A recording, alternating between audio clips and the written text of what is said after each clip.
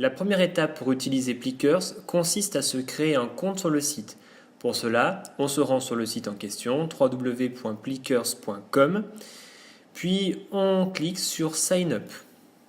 À cet endroit, on saisit son prénom, son nom, son adresse mail et un mot de passe. Commençons maintenant par créer une première classe. Pour cela, nous allons cliquer dans Add New Class. On choisit un nom pour la classe, par exemple classe test. On choisit le niveau. En matière, je vais choisir par exemple maths et on peut choisir une couleur qui représentera la classe, peu importe. Je valide en cliquant sur Save.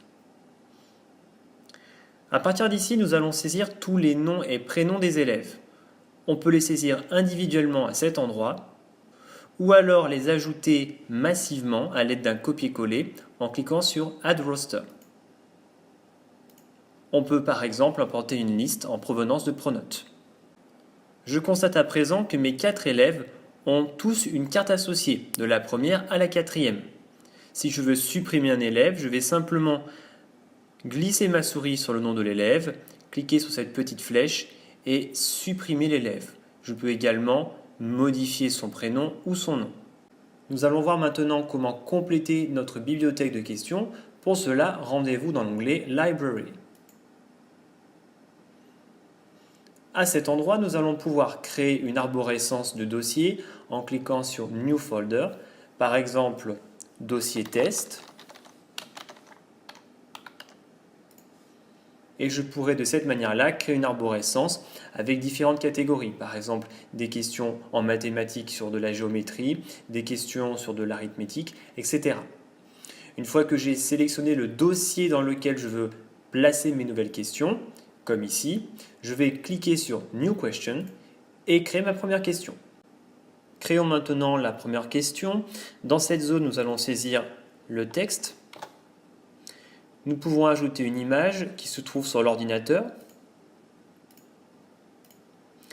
Et dans cette zone, je vais choisir les réponses possibles. Par exemple, je propose que cette figure est un carré. La réponse est fausse. Par conséquent, je ne coche pas cette case. Je propose que c'est un cercle, c'est la bonne réponse, je coche cette case. Je propose également que c'est un rectangle, la réponse est fausse, je ne coche pas la case. Je veux seulement proposer 3 réponses. À ce moment-là, je clique sur la petite croix pour supprimer la possibilité de 4e réponse. Si je veux ajouter à nouveau une 4e réponse, je clique sur Add Answer Option. Par exemple, je vais ajouter que cette figure peut être un losange. Bien entendu, c'est faux. Je valide en cliquant sur Save ou Save and Create New si vous voulez créer une nouvelle question directement après celle-ci. Une fois votre bibliothèque de questions constituée, on peut associer les questions créées à une classe que l'on souhaite évaluer. Par exemple, je décide d'associer ces 2 questions à ma classe test. Pour cela, je vais cliquer sur Add to Queue et j'ajoute la question à ma classe test. Nous sommes maintenant fin prêts pour utiliser l'application Plickers en classe. Il faut bien entendu avoir donné au préalable les cartes aux élèves. Pour cela, on peut obtenir les cartes dans la rubrique Cards. Pour télécharger les cartes Plickers, il suffit de cliquer sur cette image et d'imprimer le document. À l'image, vous retrouvez sur la gauche de mon écran la fenêtre de mon ordinateur et sur la droite, vous retrouvez l'écran de ma tablette. Bien, à présent, nous sommes prêts pour utiliser l'application Plickers en classe. Pour cela, sur l'ordinateur, à gauche de mon écran, j'ai cliqué au préalable sur Live View et j'arrive sur cette page. Sur l'écran de ma tablette, vous retrouvez l'application Plickers ouverte. Je me suis au préalable connecté avec le compte auquel je suis également connecté sur mon ordinateur. Sur ma tablette, je choisis ma classe test. On retrouve dans cette liste les 2 questions que j'ai ajoutées tout à l'heure. Je vais par exemple commencer à poser la question « Calculer 2 x 3 à ma classe ». J'appuie simplement dessus et sur l'écran de mon ordinateur, je vois que la question est affichée. Je peux fermer cette petite information et à cet instant, je peux cacher l'ensemble des personnes qui votent, afin de laisser plus de place à l'écran, mais je peux également les montrer.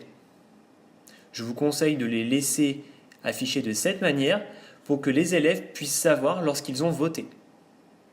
Je peux maintenant scanner les cartes levées dans la classe grâce à la tablette. J'appuie sur le bouton Scan. Lorsque je scanne la carte de Lucie, je vois sur mon écran de tablette qu'au passage de mon scan, Lucie a voté C. Cela apparaît en rouge, cela veut dire que c'est faux. Et vous constatez que sur l'écran de votre ordinateur, on ne voit pas ce qu'a voté Lucie pour le moment. Julien a voté A, lui aussi il s'est trompé. Zoé a voté B et elle a eu juste. Et Sam a voté C et elle s'est trompée. Les élèves peuvent changer leur vote tant que vous ne l'avez pas clos. Clore le vote consiste à appuyer sur le petit V situé en bas de l'écran de la tablette. Si par exemple je veux changer ici cette carte, je peux la tourner et je vois maintenant que Lucie a eu juste. Je clôt le vote. Une fois le vote clos, les élèves ne peuvent plus revenir en arrière et je constate donc qu'il y a eu 50% de bonnes réponses dans la classe. Je peux voir ici qui a voté quoi et sur l'écran d'ordinateur, je peux vérifier que Lucie, Julien, Zoé et Sam ont bien voté. Par contre, je ne vois pas pour le moment leurs réponses. Je peux les afficher en cliquant sur Reveal Answer.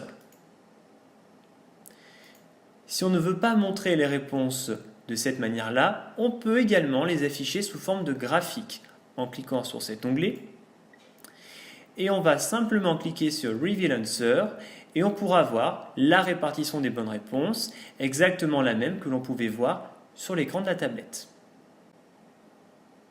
Pour passer à la question suivante, sur ma tablette, je reviens en arrière en appuyant sur le petit triangle situé en haut à gauche et j'appuie sur ma nouvelle question. La question est automatiquement chargée sur l'écran d'ordinateur et je peux encore une fois cacher le panneau de contrôle ou le réafficher. Je peux également me mettre en plein écran.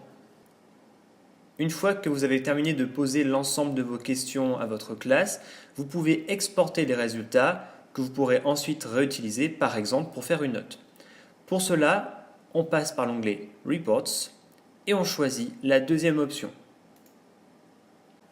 Dans la colonne de gauche, on choisit la période pendant laquelle on a évalué notre classe.